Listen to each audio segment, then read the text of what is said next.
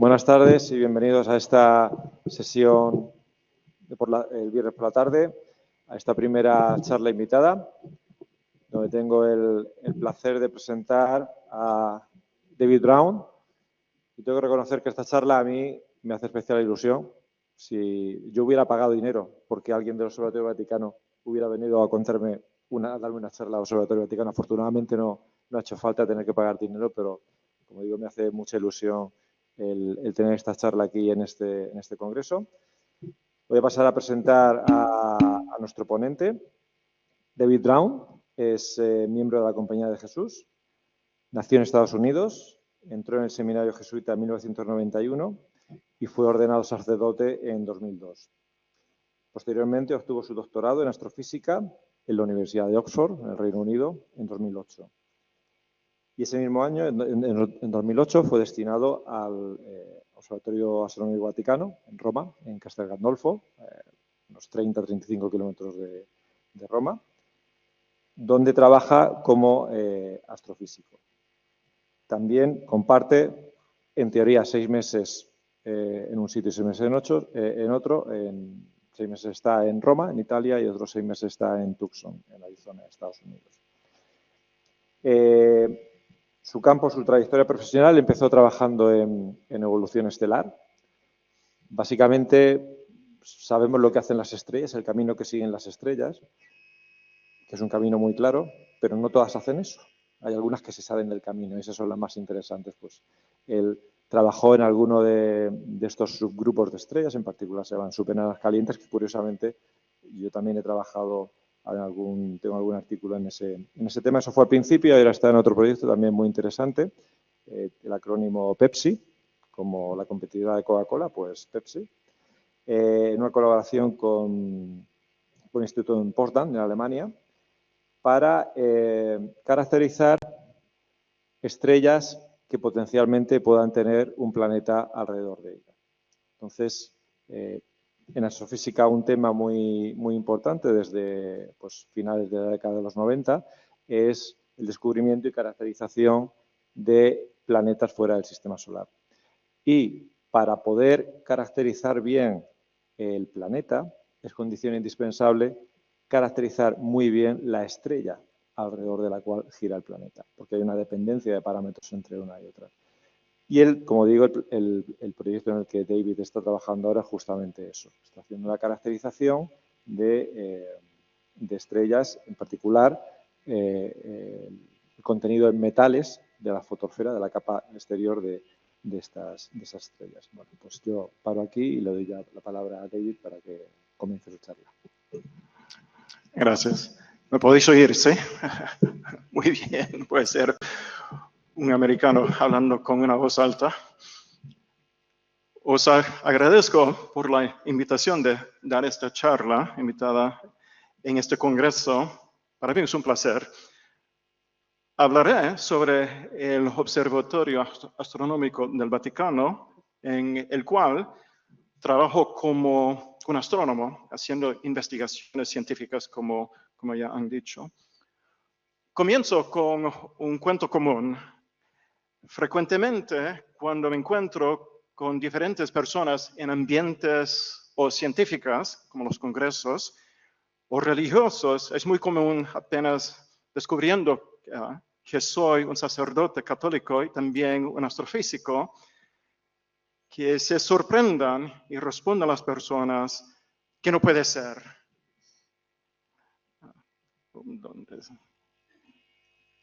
Que no puede ser así, porque tienen estas imágenes en sus mentes, que no puede ser. Se puede oír, si tienen las bebidas, se caen al suelo y se puede oír quebrarse el vidrio.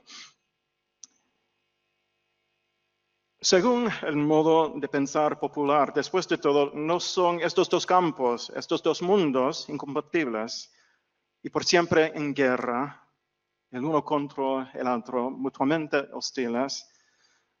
Y me hace triste esta reacción entre las personas porque el cristianismo católico actualmente tiene una historia larga de armonía entre la fe cristiana y las ciencias. Tanto es así que jamás se hablaba de la fe y de la ciencia como dos cosas opuestas. De hecho, la Iglesia Católica ha sido uno de los patrocinadores más importantes en el desarrollo de las ciencias en la historia, especialmente por medio de sus instituciones educativas, principalmente el sistema universitario occidental, el cual la Iglesia en grande parte estableció hace muchos siglos. Entre las distintas instituciones que la Iglesia ha establecido por razones educativas y por investigaciones, sí, tenemos el Observatorio Astronómico del Vaticano, del cual soy un miembro. ¿Qué cosa es el Observatorio Astronómico del Vaticano?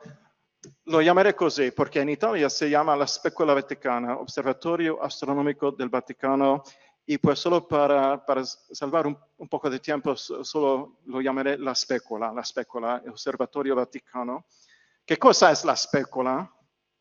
Es un observatorio astronómico como cualquier otro, incluso con telescopios que hace investigaciones científicas en el campo de la astrofísica, la astronomía, es decir, una institución que estudia los objetos celestiales, incluso la Tierra, obviamente, o sean las estrellas o las galaxias o los planetas, como los exoplanetas, que son planetas en otros sistemas solares, o los meteoritos, o los asteroides, o los agujeros negros, o otros objetos relativistas,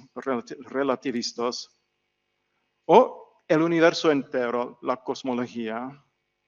Dado que se llama el Observatorio, la Specola, el Observatorio Vaticano, está situado, no es sorpresa, en la Ciudad del Vaticano, en Roma, aquí, que podemos ver las fotografías aquí. En Roma también hay una rama del observatorio en las montañas fuera de la ciudad de Tucson, en el estado de Arizona, en los Estados Unidos de América.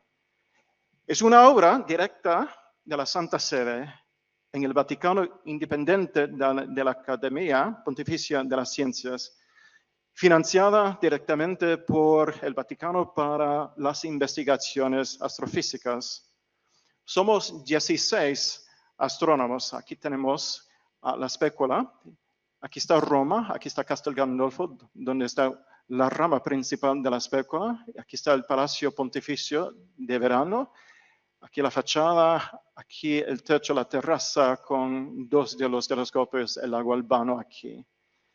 Aquí están los telescopios, aquí en Roma, si uno va a esta cúpula, este telescopio está ahí adentro, y en Arizona nuestro telescopio moderno dentro de este edificio. Y pues sí, somos 16 astrofísicos, astrónomos, que trabajan en el observatorio, en la Specola, haciendo investigaciones en diferentes campos de la astrofísica. Cada uno de nosotros es un científico con un doctorado obtenido en una universidad y cada uno de nosotros también es o un sacerdote o un hermano religioso en la Iglesia Católica. La mayor parte de nosotros pertenece a la Compañía de Jesús o los jesuitas, cuya fue encargada de administrar el observatorio en nombre de la Santa Sede hace 100 años. La compañía tiene la responsabilidad de proveer el personal científico del observatorio, pero no es decir que uno tiene que ser jesuita para ser un miembro de la Specola.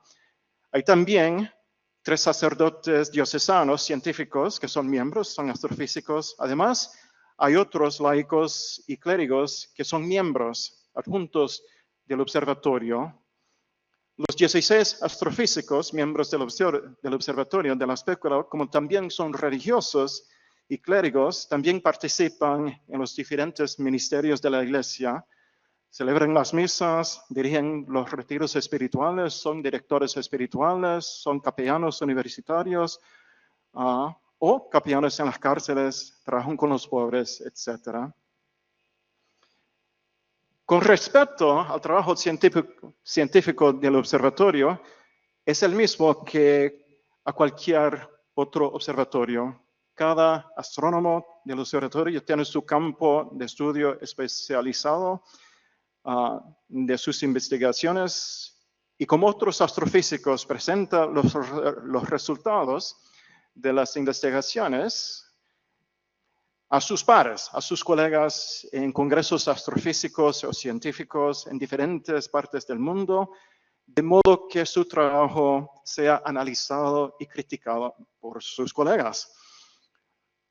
Como todos nosotros aquí sabemos, la colaboración con científicos de otras instituciones es muy importante, necesaria y la norma en el mundo científico, y pues cada uno de nosotros del observatorio hace sus investigaciones en proyectos comunes. Cada miembro del observatorio publica los resultados de sus investigaciones como parte de su colaboración en artículos científicos de las revistas profesionales arbitradas del mundo de la astrofísica, las revistas Astronomy, Astrophysics, Astronomical Journal, the Astrophysical Journal y Publications of the Astronomical Society of the Pacific. Regresaré al tema de nuestro trabajo científico más tarde. Aquí solo quiero hablar de quiénes somos.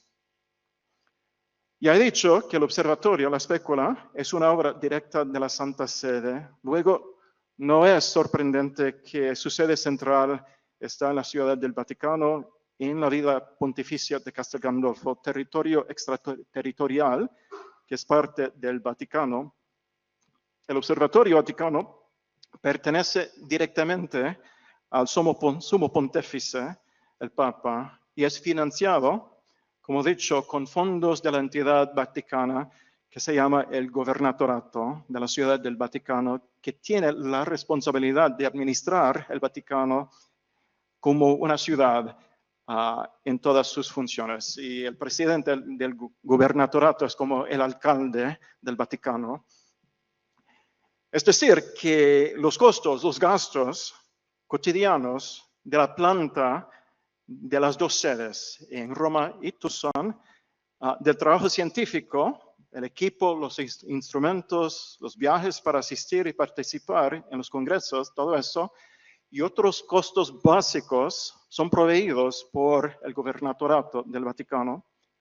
Sin embargo, dado el costo enorme anual del mantenimiento del telescopio principal, el cual está en Tucson, en los Estados Unidos, el Alice Lennon Telescope, y Bannon Facility, el edificio donde está, que lo llamamos VAT, por Vatican Observatory Advanced Technology Telescope, tenemos que recaudar los fondos para el telescopio entre los benefactores individuales por medio de nuestra fundación, Fundación Vatican Observatory Foundation, VOF, la cual fue establecida para esta razón hace 40 años. Después de todo, somos una institución pequeña, no somos Harvard, no somos la NASA. Y finalmente, como es una institución pontificia, el Observatorio del Vaticano también está caracterizada por su proximidad al sumo pontífice. Aquí tengo la fotografía otra vez. ¿Dónde está? Aquí están los papas visitando la spécula en diferentes años, Pío XII, hasta el Papa Francisco aquí. Y pues sí, es una institución pontificia caracterizada por su proximidad al sumo pontífice. Fue un papa que fundó la spécula hace 500 años. Son los papas que nos financian. Son los papas que aún han compartido y continúan a compartir sus residencias con nosotros, como demuestra la presencia del observatorio en el Palacio Pontificio Veraniego en Castel Gandolfo, sobre el cual son ubicados los telescopios en la terraza. Además, los sumos pontífices se interesan mucho en el trabajo de la spécula y nos visitan de vez en cuando. Y pues tenemos eso aquí. Estos somos nosotros aquí, los miembros del observatorio aquí. Ahora que os he presentado una explicación de quiénes somos, os presentaré una historia breve del observatorio de la spécula. La primera cosa de clarificar es que lo que se llama el Observatorio Astronómico del Vaticano, la spécula, ha existido en varias encarnaciones por casi 500 años, por medio de instituciones diferentes durante su historia. Adicionalmente, hay muchos que piensan que la espécula, al momento de su fundación, era una institución singular en la Iglesia y el cristianismo. De verdad, por lo general, no era nada innovadora hace 500 años. Ya había un precedente largo de estudios en la astronomía en diferentes instituciones católicas en siglos previos, desde el siglo V hasta el Renacimiento, en los siglos XIV y XV, los monasterios de Europa eran centros de estudio, especialmente por razones de determinar las estaciones, las horas del día, los meses y la fecha para el calendario, según los movimientos de los objetos celestiales.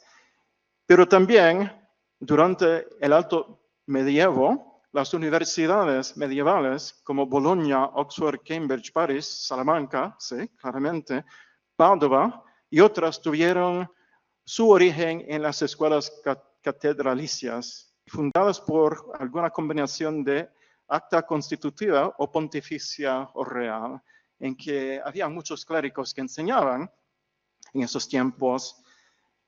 Y pues siendo centros de estudio, tenían y tienen el currículo tradicional del quadrivium, que estudiaban la aritmética, la geometría, la música y la astronomía, y del trivium, la gramática, la retórica y la lógica, y desde luego daban lugar a títulos superiores en la teología, el derecho y la medicina.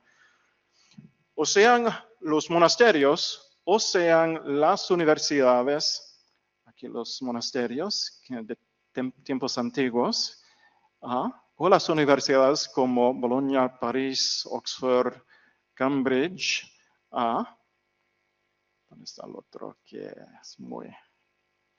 Sí, Cambridge, Salamanca, Padua. O sean los monasterios, o sean las universidades, o sean las otras instituciones religiosas como la espécula, todas reflejan la convicción cristiana católica de un cosmos, un universo que está permeado con y creado por medio del Logos, la inteligibilidad de Dios, y como consecuencia puede ser comprendido por los seres racionales como los seres humanos, porque fueron creados por un Dios de quien origina la racionalidad. Involucrarse con este cosmos significa buscar la verdad de la realidad y haciendo esto saber y conocer algo del Señor. Mientras tanto, la persona es formada en la verdad de Dios y descubre y viene a su destino, su cumplimiento en la vida, sabiendo un poco mejor su propósito en la vida. Y pues, llegamos a la historia de la espécula. Como he dicho, lo que llamamos el Observatorio ha existido en diferentes encarnaciones por 400 años. Y pues podemos comenzar con... aquí, la primera encarnación. La primera encarnación de la espécula fue fundada en el siglo XVI para abordar un problema que ya era reconocido de la antigüedad y que se volvió obvio durante la Edad Media. El calendario juliano de Julio César, de la época del Imperio Romano, el cual ya se sabía en esa época que su duración era ligeramente demasiado largo, un error de un día cada 133 años, con el paso del tiempo y con el error acumulándose, no podía pronosticar, dar la fecha del equinoccio de primavera y otros datos, otras fechas, que coincidía con el día verdadero, el día astronómico. Algo muy evidente durante la Edad Media y hacia los años 1500, la diferencia entre las dos fechas ya era como 10 días. Sabiendo esto y también deseando un calendario que pudiera dar la fecha de la Pascua, según las normas del Concilio de Nicea y apoyado por las directivas del Concilio de Trento y consejos de las universidades como Salamanca, que era muy importante, el Papa Gregorio XIII creó la Comisión del Calendario en 1576 para reformar el calendario juliano, compuesta de astrónomos, clérigos presentes o asociados a la corte pontificia, como el matemático jesuita, el padre Christopher Clavius, del Colegio Romano. La comisión mandó un compendio en 1577 a todas las autoridades europeas, incluso las universidades, elaborando el proyecto según la reforma, correcciones propuesta por Pietro Pitati de la Universidad de Padova, y especialmente a Lucius Lilio, otro italiano de la Universidad de Perugia, y pidiendo comentarios para hacer las observaciones y cálculos necesarios para corregir el calendario juliano. El Papa Gregorio XIII encargó a su arquitecto mascherino de construir la Torre de los Vientos en el Vaticano, que aquí está, que ahora se puede ver como parte de los museos vaticanos, pero es prohibido entrar a esa parte, pero ahí está. Y pues dentro de la torre uno hay un cuarto así, el techo aquí. Y pues esto fue el primer observatorio del Vaticano. El instrumento científico más importante en la torre era la línea meridional en el suelo, que se puede ver aquí, en el suelo, sobre el cual un rayo de luz entrando por medio de un agujero en la pared, que el agujero está en una boca de un ángel que está soplando viento, que indicaba a mediodía la posición del sol y los días de los equinoccios de primavera y de otoño cuando ocurrían. Tales observaciones hicieron posible la determinación de los errores del calendario juliano de parte de Clavius y otros astrónomos. Las discusiones de la comisión también tuvieron lugar en el mismo espacio. Finalmente, el nuevo calendario reformado fue promulgado con la bula papal Inter Gravissimas en 1500. ¿Dónde está?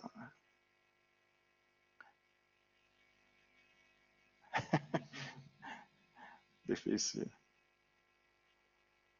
Aquí. Con la bula papal a la izquierda, Inter Gravissimas en el año 1582 por el Papa Gregorio XIII, ordenando su adopción como parte de la reforma y promulgación del calendario nuevo gregoriano. Solo por una vez se eliminaron 10 días para retrasar el equinoccio al 21 de marzo, armonizándolo con la fecha oficial utilizada desde el Concilio de Nicea. Si podéis ver aquí dice, está el 4 de octubre y después el 15. Y si podéis notar que el 15 de octubre es la celebración de la fiesta de Santa Teresa, que no era santa en esos tiempos, pues ya era, pero no tenía su fecha. Y pues casi cortamos el día de la famosa santa de esta ciudad, que nos disculpe. Además, el Papa encomendó la descripción y la defensa del nuevo calendario a Clavius, que publicó su trabajo Explanatio Calendario en 1603. Clavius era uno de los matemáticos más ilustres de su tiempo, un profesor en la Universidad Nueva de los Jesuitas en Roma. Él era un jesuita. El Colegio Romano, fundado en el año 1551. Con la reforma del calendario en su observatorio en la Torre de los Vientos, la Santa Sede había puesto en marcha una tradición en astronomía que involucraría el centro administrativo de la Iglesia en las ciencias. Y pues estas investigaciones continuaron en la Torre de los Vientos, pero en los siglos siguientes el centro gravitacional de las investigaciones astronómicas patrocinadas por la Santa Sede se desplazarían gradualmente al Colegio Romano, también patrocinado por Gregorio XIII. en ese mismo tiempo. Ya había conexión entre las dos instituciones desde los tiempos de Clavius, y fue en el colegio romano que el padre Zucchi fabricó el primer telescopio reflector muy rudimentario, que el padre Scheiner hizo las observaciones de manchas solares, que el padre Göttingers observó las manchas y otros detalles de Júpiter y cometas, así.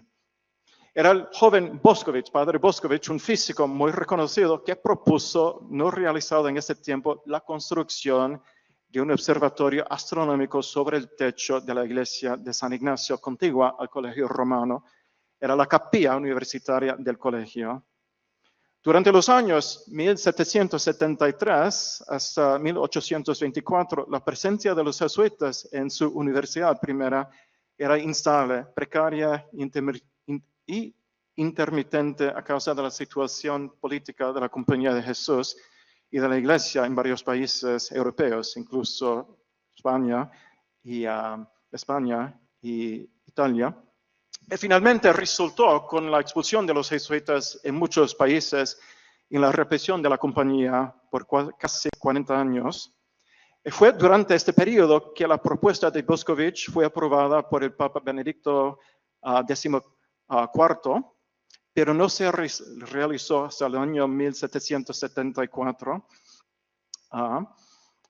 con el establecimiento del Observatorio Pontificio del Colegio Romano por el Papa Clemente XIV, en ese tiempo confiado a los clérigos, seculares hasta el año 1824. Y pues así estuvo la fundación. Y después regresaron los jesuitas, fueron restaurados, y desde 1774 a 1878 el observatorio continuó las investigaciones astronómicas, pero fue durante el periodo de 1850 a 1878 que el padre Angelo Secchi, como director, tuvo éxito mundial, internacional, porque fue él, usando los telescopios en el techo de la iglesia de San Ignacio, procedió a dedicarse al desarrollo del nuevo campo de astrofísica emergente. Y eran dos campos en que contribuyó a la fundación y el desarrollo de la astrofísica. Sus observaciones de las manchas solares y las prominencias solares, y también especialmente usando los espectros estelares. Y aquí los meto. Aquí está el colegio romano, aquí. La iglesia de San Ignacio.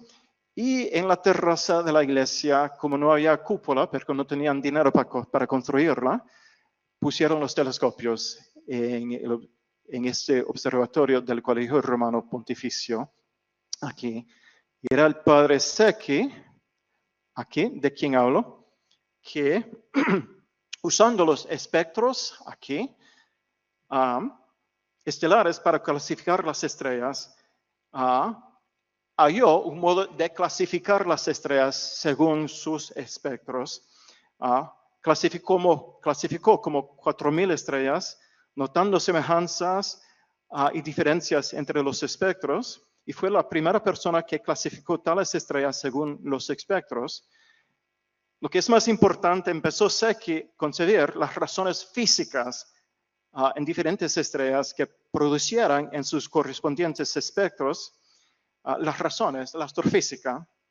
Al hacer esto, fue y es reconocido como uno de los fundadores de la astrofísica, pero desafortunadamente, con la ocupación de Roma en 1870 y con la subsecuente pérdida de los estados pontificios y la nacionalización de las propiedades eclesiásticas, por el nuevo Estado italiano, el Colegio Romano y el Observatorio Pontificio Romano fueron confiscados.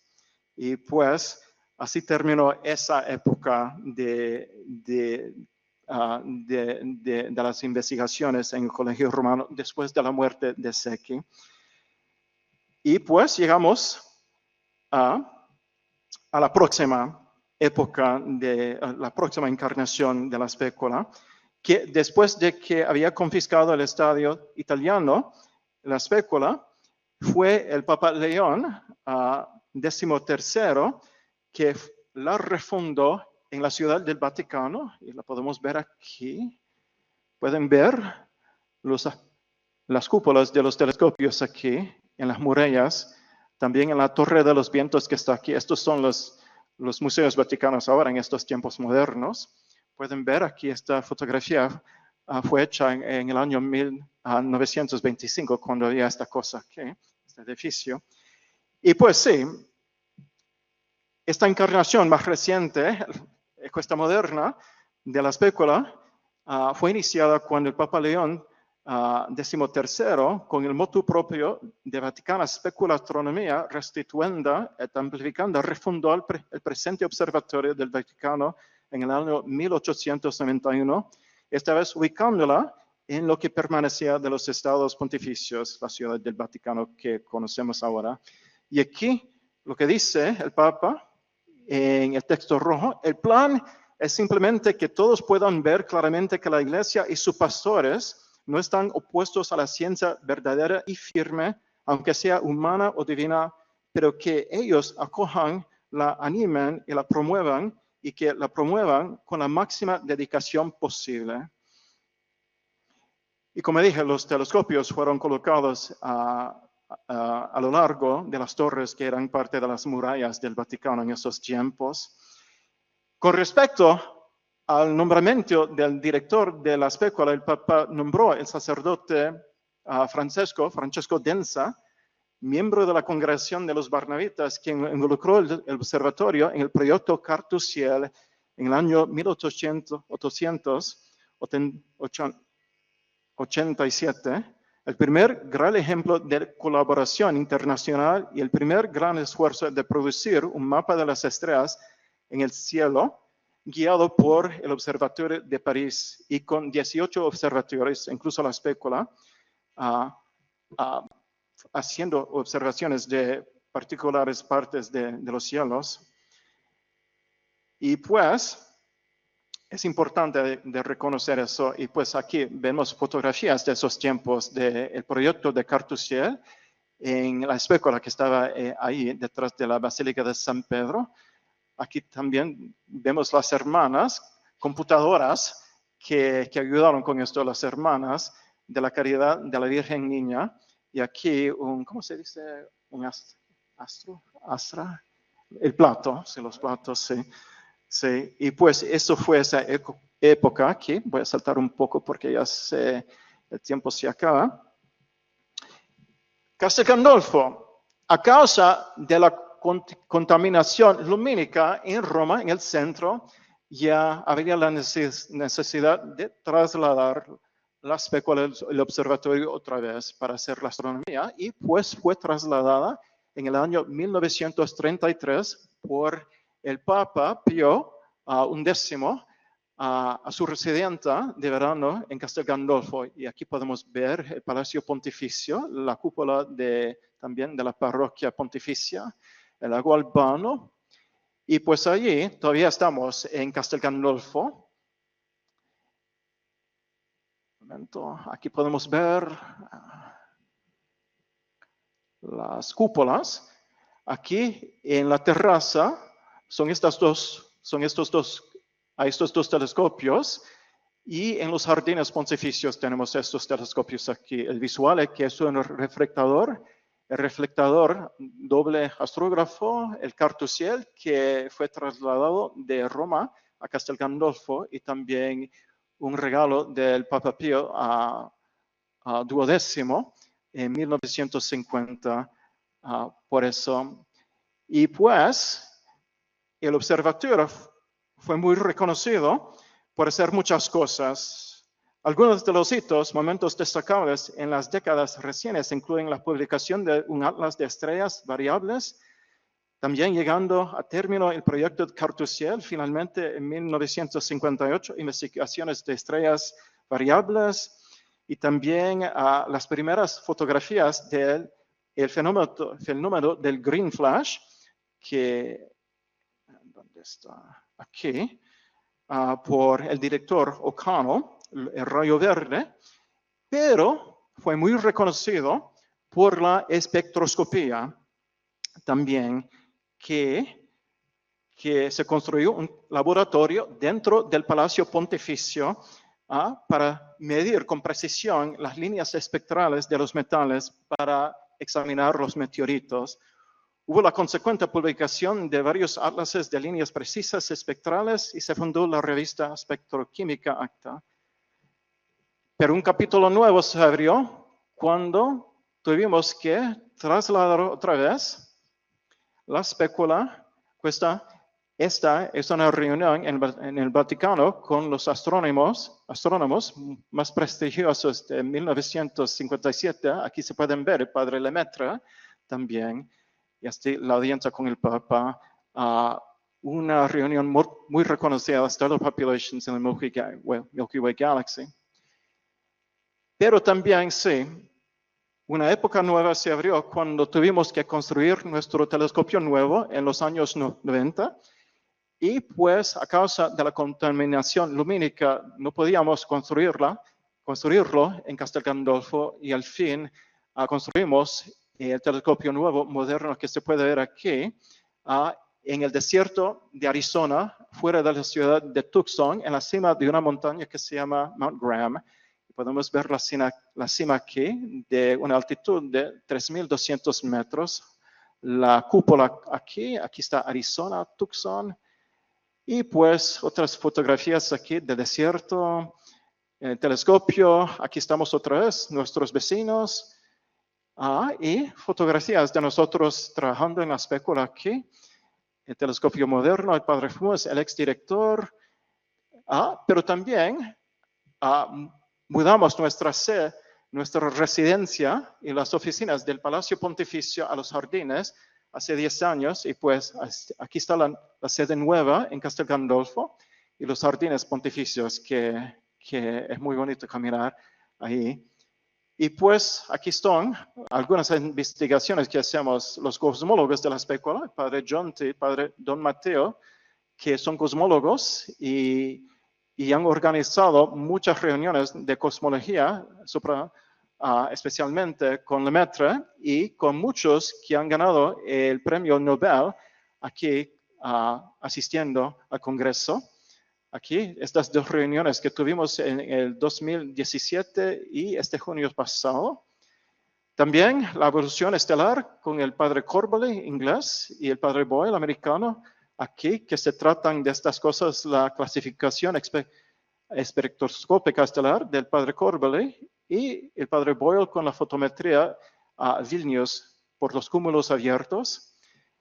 En los estudios galácticos, el padre Richard de Souza y el don Alessandro Amizzolo, que usted conoce, y también con los meteoritos, con el fratello Guy Consolmagno, el director de la specula, y también el padre Jean-Baptiste, el fratello Macchi, el padre Gabor, y tenemos una colección muy grande de meteoritos. Hay incluso una piedra de la Luna y un meteorito de Marte.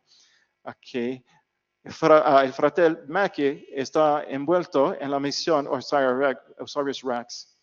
Y finalmente, yo, con mi trabajo con la evolución estelar, con las estrellas binarias, los cúmulos abiertos, poblaciones estelares, también con el proyecto Pepsi, que no es la bebida, y como dio la explanación Enrique aquí, varias vistas aquí, y estos espectros estelares aquí de alta resolución, y examinando estas líneas se puede averiguar cuáles son los elementos presentes por ejemplo en las estrellas. Y aquí tenemos cada 2 años tenemos escuelas de verano para los estudiantes en la astronomía que están en la formación para un día ser astrónomos, que están con nosotros por un mes con otros astrónomos profesionales que guían. Enrique fue una persona que dio una charla ahí hace algunos años, en 2018, y pues tenemos la próxima, que yo soy el decano de el próximo año, y pues creo que voy a terminar aquí porque ya ha pasado el tiempo.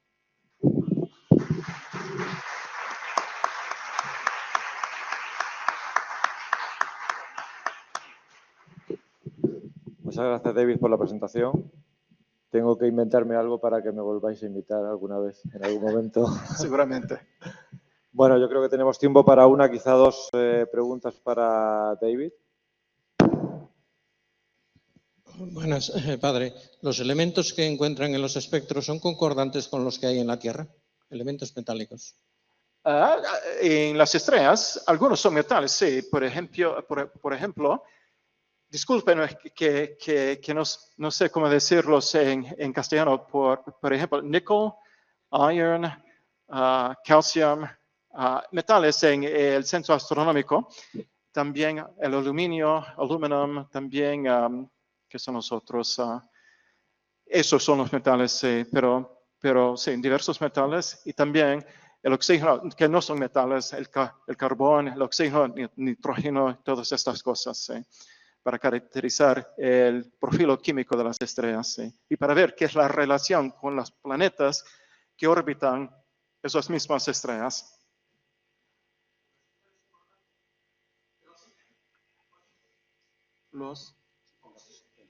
Sí, muy importante, especialmente para ver si esos planetas, esos explanetas que orbitan esas estrellas tienen una atmósfera, ¿sí?, de oxígeno y así, especialmente para esas razones.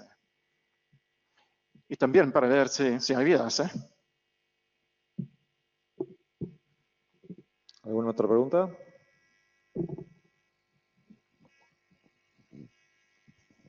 Sí, el observatorio, como ha dicho, no tiene muchísimos investigadores, sino, no sé, a lo mejor, bueno, y a lo mejor 12 o 15, más luego supongo que habrá muchos becarios, como todos los sitios. Entonces, ¿cuál es la estrategia? ¿Se focalizan todos en un área de investigación o se atreven a abrir líneas muy diferentes entre sí? Todo eso.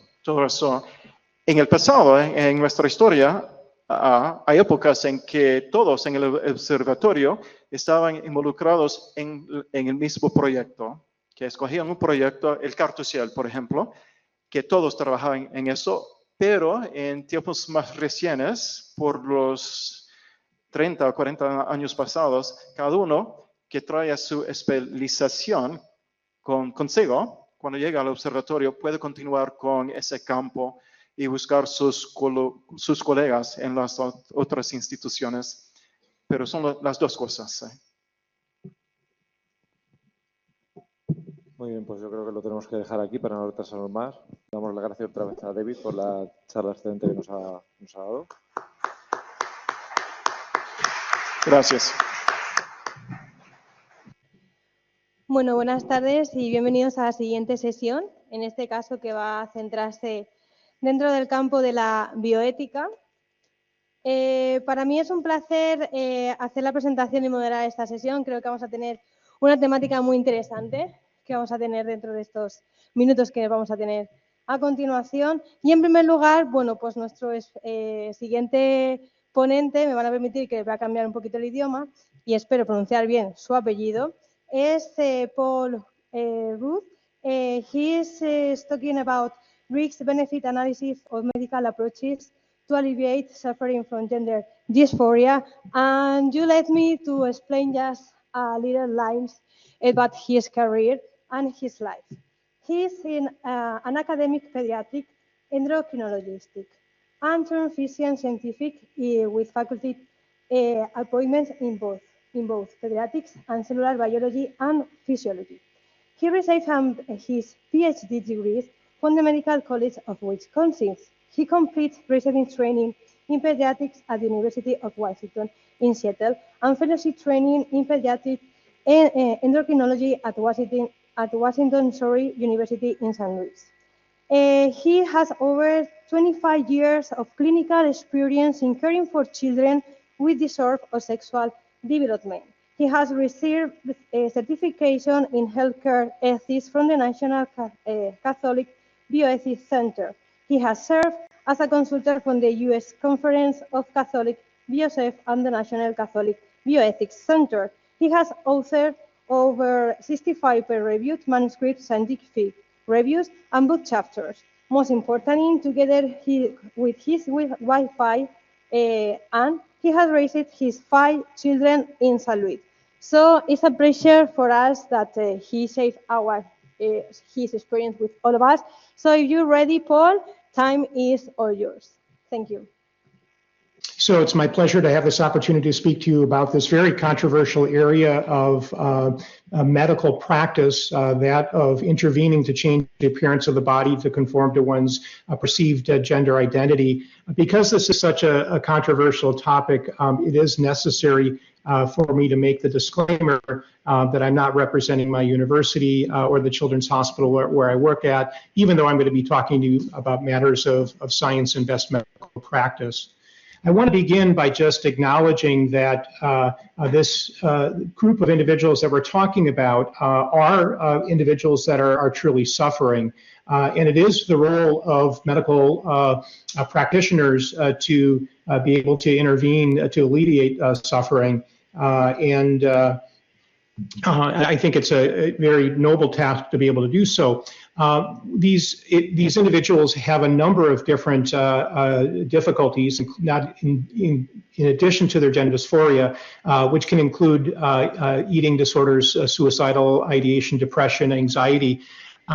They're literally crying out for help. And the question that we need to ask is, what we're offering to these individuals, is it truly helpful? Now, I think that in this current age, nearly everybody has had some exposure to this particular condition. It has grown exponentially over the last decade, and this is just data from the Tavistock Center in the UK until it closed recently, just showing you the dramatic increase in the number of individuals that are presenting for care. It's notable in this data about epidemiology that there has been a dramatic shift in the presentation from predominantly biological males identifying as female early in childhood to now a predominance of biological females identifying as male, often in the adolescent years without any prior evidence of gender dysphoria. Now, as we consider what is going on and try to devise an accurate and helpful solution, it would be helpful to know a little bit about what is the cause of this sex discordant gender identity. And I will state that there is some evidence that there are genetic influences, but to be very clear, these are influences, not determinants of sex discordant gender identity, and may actually influence the likelihood that other influences will lead to that presentation. And this includes a strong incidence in children with this condition that also have autism.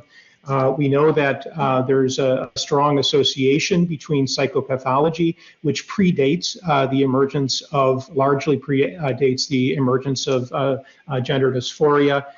And probably most contributory are environmental factors. We know that there are issues related to familial dynamics, sexual and physical abuse during childhood. And then there's this phenomenon of social reinforcement where social media and peer groups may be influencing this condition. The best we can actually say is that we don't have full answers about the etiology, but we can say that it is likely multifactorial, with the incidence being predicated by a variety of different factors in any one individual.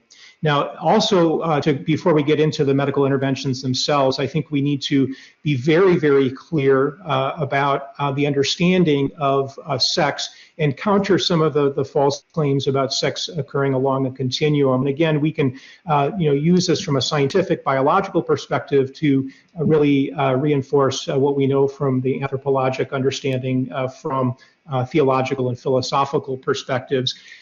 It's really needs to be stated clearly from biology. We know that there are only 2 gonads that participate in the creation of new human life, not only for human beings, but across the animal kingdom, and thus that it is inherently binary.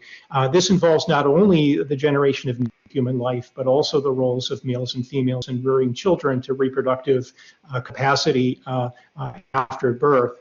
It's often mistakenly understood that sex is determined exclusively by whether one has an X or Y chromosome, and it is important to realize that it's the genetic information that's present on the chromosomes that actually drive sexual differentiation. In fact, there's a very important gene on the Y chromosome, SRY, that will largely, but not exclusively, drive a very elegant and complicated developmental process that leads to differentiation of us into either male or female forms. The differences that are present between males and females are not restricted to the reproductive organs. They're actually present in every cell of the body. And that's why it's so important as we talk about medical interventions that we recognize this. One of the examples are a phenomenon known as epigenetics, where there can be modifications of our DNA, either methylation of the DNA itself or histone acetylation, that changes the expression of the genes throughout the body. And we know this, and this has much to do with why there's differences in disease susceptibility and responses to medications between males and females. And just as an illustrative example, that we know that there are over 6,000 sex differentially expressed genes throughout the body. Again, this is not limited to the sexual organs. And while there are influences of sex steroid hormones in these differences, many of these changes are independent of other hormonal stimulation. And it's often claimed that one can be born into the wrong body. We need to acknowledge that there are significant structural and functional differences between males and females, as illustrated in this slide by the colors blue and red. That does not mean that one can be born in the wrong body. These differences do translate into giftedness in carrying out tasks that are beneficial for either males or females in their reproductive roles or roles in rearing of children.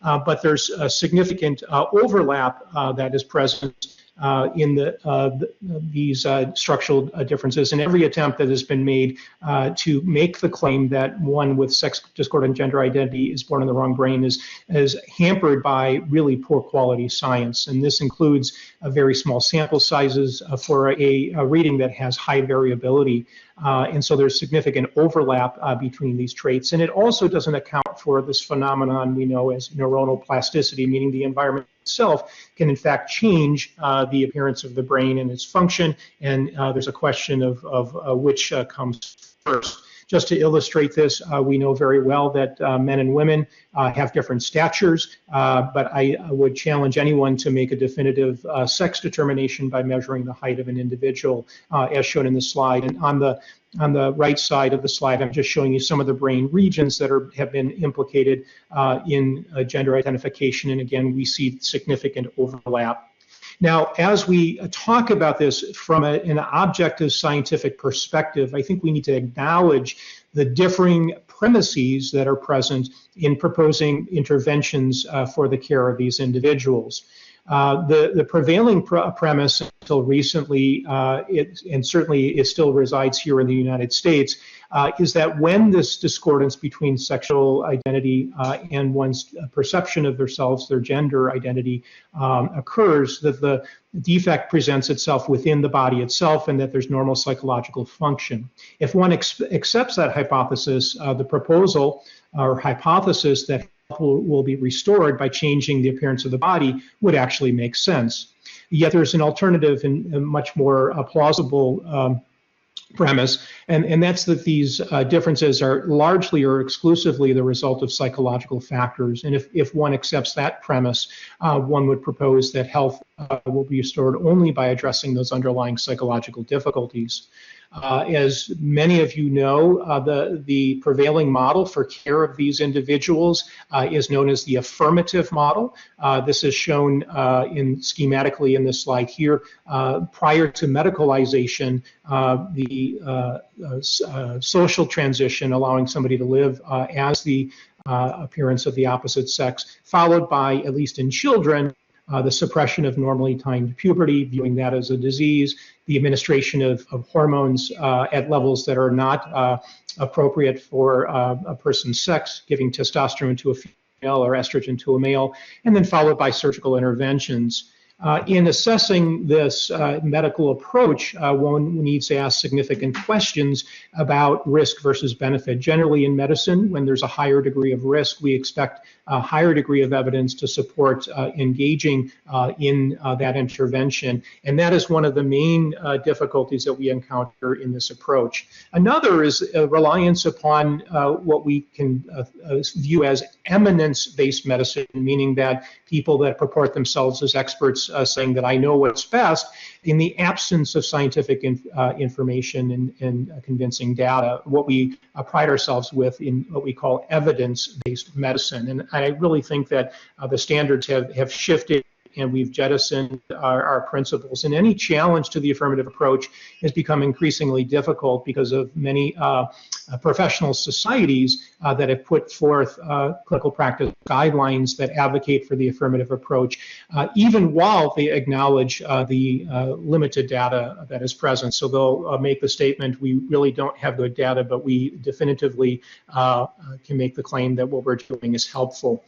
When we're looking at scientific evidence, there's actually a hierarchy, as we all know, from basic, anecdotal reports and case studies up to the higher levels of randomized controlled trials and meta-analyses of these controlled trials. In the practice guidelines, they often will use grading systems like GRADE, the grade system, and most of the recommendations that are being made are based upon low or very low quality evidence. And it's important to recognize what that means. Very low quality evidence means that we have very little confidence in the effect estimate, meaning that the true effect of our intervention is likely to be substantially different from the estimate of the effect. What are the reasons for that low quality rating? Many of the studies themselves involve small sample sizes. They're uncontrolled or poorly controlled, of short duration. They're retrospective or observational. Many times what they, at most, they will be able to generate are associations and not a causal relationship between an intervention and a response.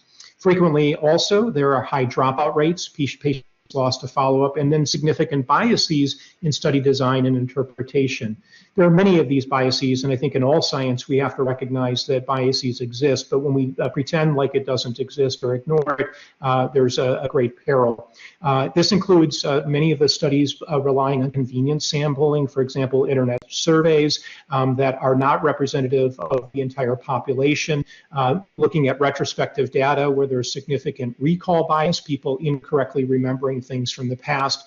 When you design a study where you tell the participants what the goal of the research is, many respondents will answer questions in a way that pertains to what they think they should say. This is called the good subject effect. And then there's significant observation bias by the investigator, and many times ignoring the data that contradicts their pre-existing belief. I know this slide here has quite a bit of information on it. It's really representative of maybe a dozen or so studies that are frequently cited to support the affirmative model. And really in red, I'm showing you many of the limitations, weaknesses, and problems with these each of these studies, and probably most significant that they're relying on not randomized controlled trials, and there are significant confounders. The one that is most prevalent is a failure to account for any potential improvement that is seen, whether that might be due to psychological intervention versus the hormonal treatment that was offered.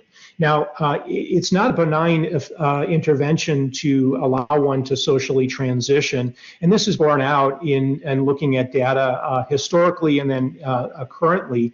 When we look at the likelihood that a child that presents with this condition, if left alone, not medicalized, would have a realignment of their gender identity with their sex, it's the predominant outcome. Up to 80 to 90% of individuals will have that outcome prior to the emergence of this affirmative model. If we look at more recent data, it's just the reverse. When one allows one to socially transition, about 95%, 94% will progress on to medical interventions, including hormones and blockade of normally timed puberty. And this concern of doing this social transition in the absence of really the research that needs to be done is borne out in more than one systematic review of the literature. And I'm just showing you the review that was done and published in the British Medical Journal as part of the CAS review, which clearly states that the evidence available is of limited and very low quality. Now, the first medical stage of intervention is often, again, to give medications known as a GnRH agonist or puberty blockers to interrupt normally timed puberty.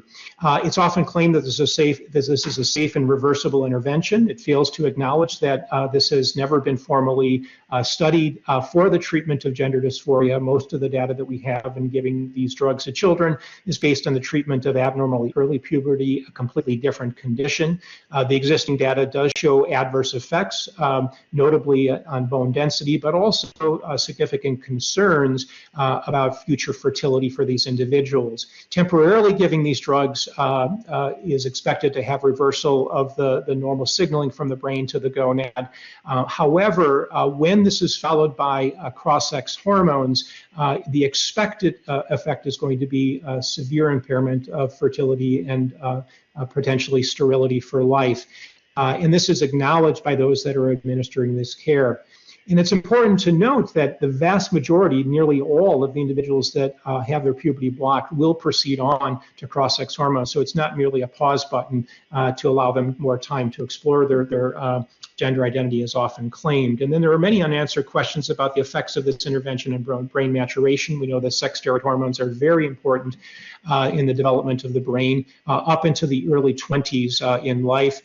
These are both due to what we call activational and organizational effects. They change the firing of the neurons in the brain, and they actually change the structure of the brain. And we have little to no information about how artificially interrupting this will have an impact on that normal developmental process. Just as in the question of social affirmation, systematic review has concluded that there are no high-quality studies about the outcomes of pubertal suppression in adolescents that are exposed to pubertal blockade. There's significant concerns about health risks, including those that I've already shared with you. And I'm going to now briefly transition into the question of cross-sex hormones, or giving estrogen to a male or testosterone to a female. And as I noted in describing the differences biologically between males and females, it's important to know that these steroid hormones are acting through direct effects on gene transcription, turning on and off various genes throughout the entire body. So giving estrogen to a male because of the biological differences is not the same thing as giving it to an individual of the other sex. And to just illustrate this point, I'm going to show you data on the levels of testosterone that are achieved normally in females. Again, females and males have both hormones, testosterone and estrogen, but in blue in this slide, I'm showing you the levels that are achieved in females normally. In gray, I'm showing you the levels of the hormones that are present in women that have a medical condition known as polycystic ovarian syndrome that we recognize as a disease, that we recognize contributes to increased cardiovascular risk and metabolic risk for diabetes. And then in the red bar, I'm showing you the levels that we often see in individuals that have endocrine secreting tumors in comparison to the orange bar of the levels that are being sought and achieved in those that are going through this gender transition.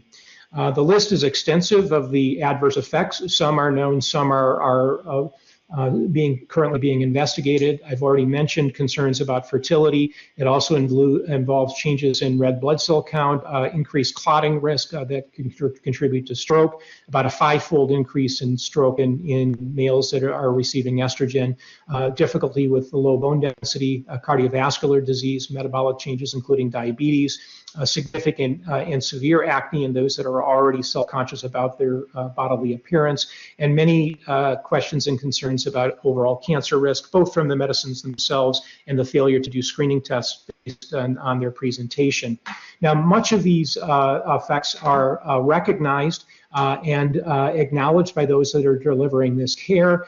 But it's often claimed that we can justify these risks because we're preventing them from committing suicide. Now that's false on a number of levels. First, the suicidality, the thinking of or contemplating or attempting suicide is different than actual completion of suicide. It's a very small number that actually commits suicide, not to minimize that risk. The level of suicidal risks is the same for individuals that have gender dysphoria as those that don't have gender dysphoria but have other medical conditions such as depression and other psychological difficulties. And when one looks at long-term data, one sees that all-cause mortality after undergoing the affirmative approach remains markedly elevated. And this is one of the longer-term studies done in Sweden. It's a population-based sample that doesn't fall into the dangers of sampling bias. It's not a controlled trial, so it can't tell one whether the intervention changed the outcome, but it clearly tells us that it did not solve the problem. But 20 years after undergoing this affirmative approach, the background incidence of completed suicide remains about 20-fold above the background population. So as we look to try to address this condition, I think it's important for us to acknowledge that the data that we have in hand is not sufficient for us to be able to conclude that this is a safe and effective intervention, that there are many questions that remain in science that needs to be done. The prudent approach here would be to step back with greater caution in being able to address this issue. In fact, many of the countries in Europe are now reaching that same conclusion. If, for example, we're backing off on the affirmative approach, recognizing that it remains an experimental intervention, and are only allowing this intervention occur in children under an experimental protocol. Unfortunately, in the United States and in other areas, there are still making claims that the study data is sufficient to make this intervention. There have been, again, several systematic reviews that have clearly established that this approach is not warranted by adequate scientific information. This includes a study done in Sweden, published in Acta Pediatrica by Ludwig and colleagues, looking at 10,000 studies, and most recently the CAS review, which has concluded that there needs to be caution. Now, there's a lot of controversy to that, but clearly the data is quite questionable, and it's not, and it's the same conclusion has been reached by many of those that have looked at the information. So since my slides are not advancing here, I just want to summarize really what I've been able to share with you this today in regards to what's going on. This is a serious problem. It requires us to engage in high-quality scientific research. There's a need to increase the level of rigor in which we perform these interventions. We do need to engage. I think that there is a need to give a higher priority to psychological interventions rather than the medicalization of these individuals. In proposing plans, we need to critically evaluate the scientific premises that are being made, and we can't jettison our understanding of what is known by human biology in generating this.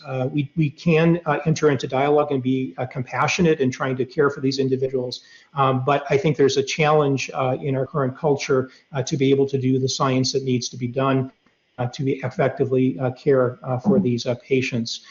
With that, I thank you for your attention. I had a couple of later slides here that will provide some resources. I'll try to make sure that that's accessible to all of the attendees so that you can look at specifically at the papers themselves if you so desire. And with that, I want to thank you so much for this opportunity to speak with you and look forward if we have time for a few questions. Thank you very much. We have one question. Hi, Paul. Was a very interesting talk. I don't know if you hear me properly. Okay. So my question is about the people that, I mean, we have seen a growth, exponential growth in this type of pathology or whatever. And my question is about people that after this treatment regret to have had this treatment and wants to transition back. What do we know about this? What percentage? Is it growing as well?